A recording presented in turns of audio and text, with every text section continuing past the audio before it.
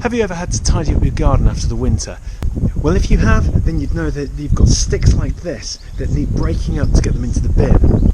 To break it like this is quite hard.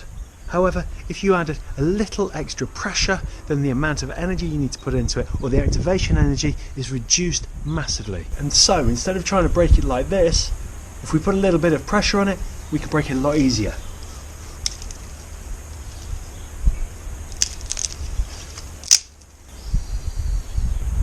And that's what enzymes do.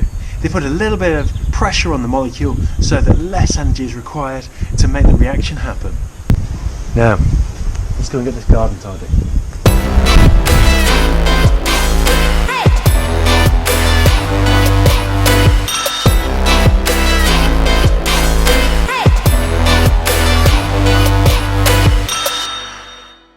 But how do these biological catalysts put the pressure on the molecules in order to lower the energy required to start the reaction? In order to understand this, we need to look at the structure of an enzyme. Now, an enzyme is a large protein with a very complex structure, and a small part of the structure is called the active site.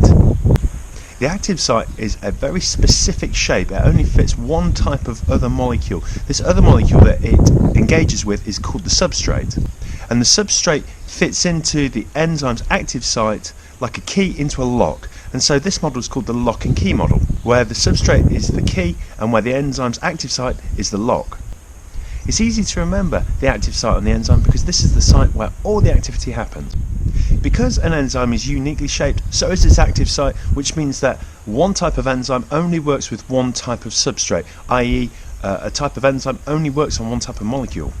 Because there are lots of different types of molecules, there are clearly lots of different types of enzymes as well. For example, catalase only works on hydrogen peroxide and amylase only works on starch. Check out my video on what enzymes are to see the hydrogen peroxide and catalase reaction.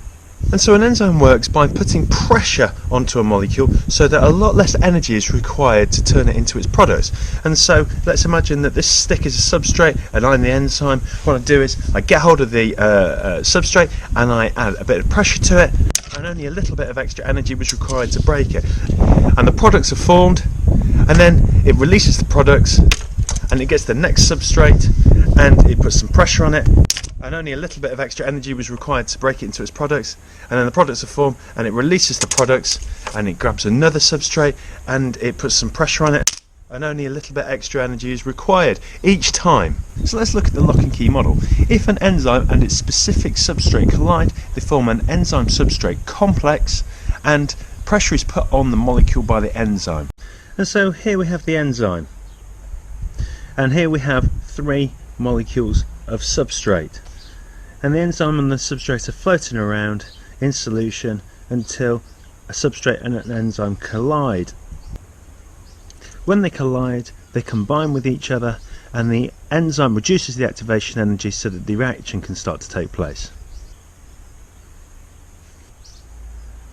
Once the products are formed, the enzyme releases them and it is free to collide with another substrate molecule, where the process happens again.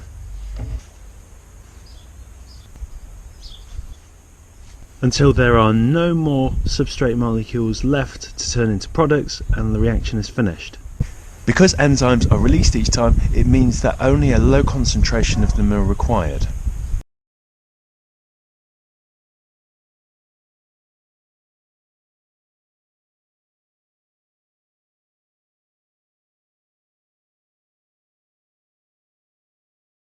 Enzymes don't just break molecules down like in digestion, digesting your food molecules, or respiration, breaking down glucose to release the energy.